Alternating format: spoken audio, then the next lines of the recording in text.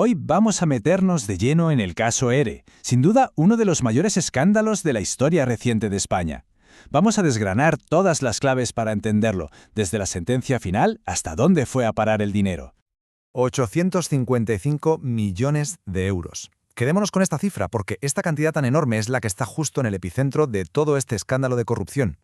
Y ojo, que no estamos hablando de un simple error o de una mala gestión.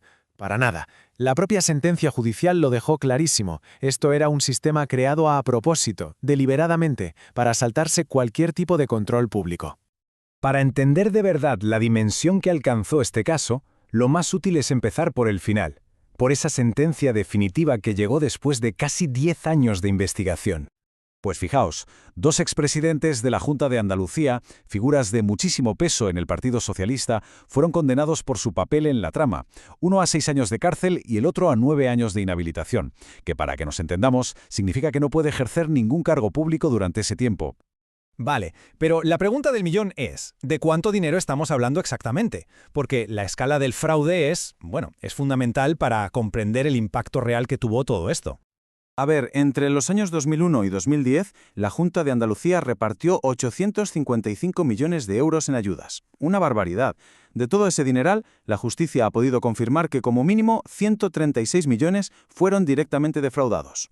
Claro, esto nos lleva a la pregunta central. ¿Cómo es posible que un sistema que, en teoría, estaba para ayudar a trabajadores en crisis, se convirtiera en una máquina de fraude masivo?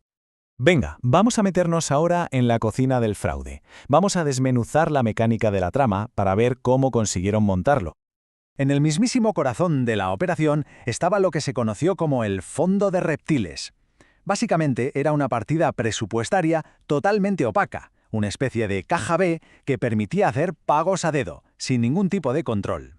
Y aquí entra una pieza clave de todo el engaño, los famosos intrusos. ¿Y quiénes serán? Pues personas que cobraban estas ayudas públicas sin tener el más mínimo derecho a ellas, porque jamás habían puesto un bien las empresas afectadas. Esto no fue improvisado, ni mucho menos. El fraude se montó sobre un proceso de 3 pasos, muy bien pensado, y que fue diseñado específicamente para poder funcionar durante una década entera sin que saltaran las alarmas. Pero claro, un sistema así de complejo no se monta solo, necesita arquitectos. Y en esto, la sentencia fue muy clara al definir los roles de los dos hombres que estaban en la cúpula de la trama. Aquí el tribunal hizo una distinción que es súper importante. A Chávez lo condenaron por un delito de prevaricación, es decir, por permitir que se creara este sistema ilegal. Pero a Griñán le cayó una pena mayor, que incluía malversación, porque se consideró que él era consciente del fraude y no hizo nada para pararlo. Hay que decir que durante todo el proceso, la defensa de Manuel Chávez se basó en que él no era consciente del uso ilegal de los fondos, una línea de defensa que, como vemos, al final el tribunal no aceptó por completo. Por supuesto, el veredicto no fue solo un asunto judicial. Dejó una marca profundísima, una cicatriz duradera en la política española.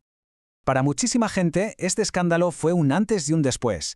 No solo dañó gravemente la imagen de un partido clave, sino que fue un factor decisivo para que hubiera un cambio de gobierno en Andalucía después de casi 40 años.